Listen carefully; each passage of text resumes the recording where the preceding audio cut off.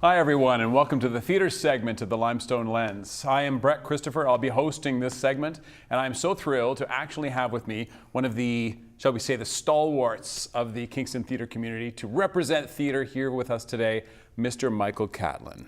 Good afternoon. Welcome. Sir. Good afternoon to you as well. So, Mike Catlin, how many decades have you been making theater in this wonderful city? Well, I was born, way back when.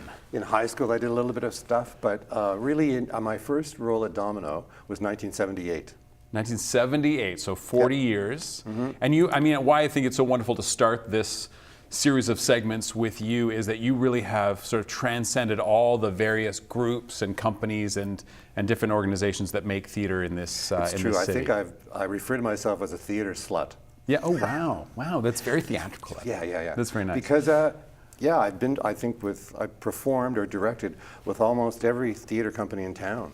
Yeah. So So it's you been want to illuminate us? Favorite roles, favorite plays that you've done over the last 40 years? Wow. You know, the one play that I've done 3 times is Bent. Yeah. And I first did it in '85 when Sarah Stanley directed it at the first show in the Baby Grand Theatre. Right. When it was just sort of under the staircase. It was under the staircase. We made the theater to do the show. And then I did it, I forget when, maybe 10 years ago, and then just a couple of years ago as well.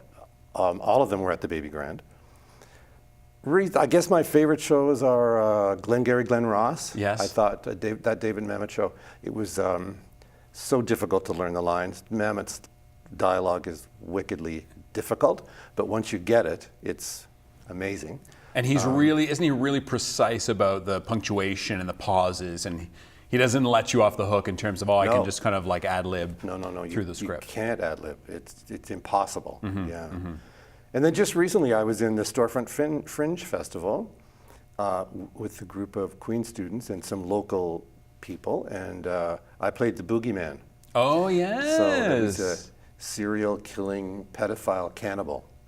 That was fun. Wow. So it takes all kinds. Yeah. So it's funny because last night I was actually at the launch event for the Fringe, I guess not the launch, but the lottery event, where they draw all the new names for this summer's Fringe Festival. And there are companies from as far as California and the UK and all across Canada that will be coming to Kingston in July to do work. And I was like, well, what a growth over the 40 years that this city has developed such an incredible theater community, you know, that we literally have people from across the world that want to come and actually make plays here. It's fantastic. Yeah. So, okay, speaking of roles, speaking of American plays, you have, your play coming up is Cat on a Hot Tin Roof at the Domino. Tin Roof with, at Domino, January 17th. Yep. And I played Big Daddy. Yeah, so what is it like? Like that's an iconic Burl Ives, of course, like everyone knows the movie. Yep. Certainly anybody who's over 40 knows the movie, which was a huge hit in the late 50s or something. Mid-50s. Mid-50s.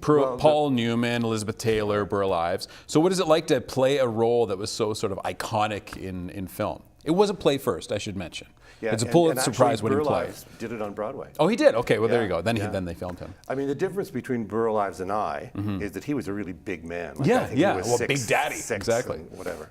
But Big Daddy, I don't think it has much to do with size. It has more to do with his personality. Right. You know, this guy is just, he's huge. Yeah. And he just tells everybody what to do. He orders everybody around and tells them exactly what he thinks. So he's a big personality. And so that's kind of fun because I'm really a shy and quiet guy. Yeah, you really are very shy. Yeah. So Domino had a huge success with Glass Menagerie last year, 2 years ago. A couple of years ago, Tennessee Williams play as well. And so they're just following up that success with Cat on a Hot Tin Roof? They've always, I think every 5 to 6, 7 years, maybe they'll do a Tennessee Williams play. I directed Suddenly Last Summer years and years ago at Domino. That's great. I like Tennessee Williams. He's a brilliant playwright. Yeah, you know. Yeah, really. Certainly these Cat on a Hot Tin Roof and Glass Menagerie are some of the most iconic plays, certainly in North American theater of the last 50 years, 100 years. So what else should we be looking for on Cat on a Hot Tin Roof? It starts January 17th and runs till February 3rd? February 2nd. February 2nd, okay. And we go Wednesday to Saturday for 3 weeks. And can people get tickets online? Through the Grand Theatre box office. Okay, great. Or come to the door. Kingston Grand CA, I think, is their website. Probably. We'll get the information. This is the poster. You should be seeing it around town. And we'll make sure that we'll get a graphic up for it. Okay. So thank you, Mike, for being the very first guest here. And please, if you don't see this play, please check out Domino Theatre. It's one of the, I think it's probably the longest standing theater organization, theater group in this city. And well, in the city for sure. Yeah.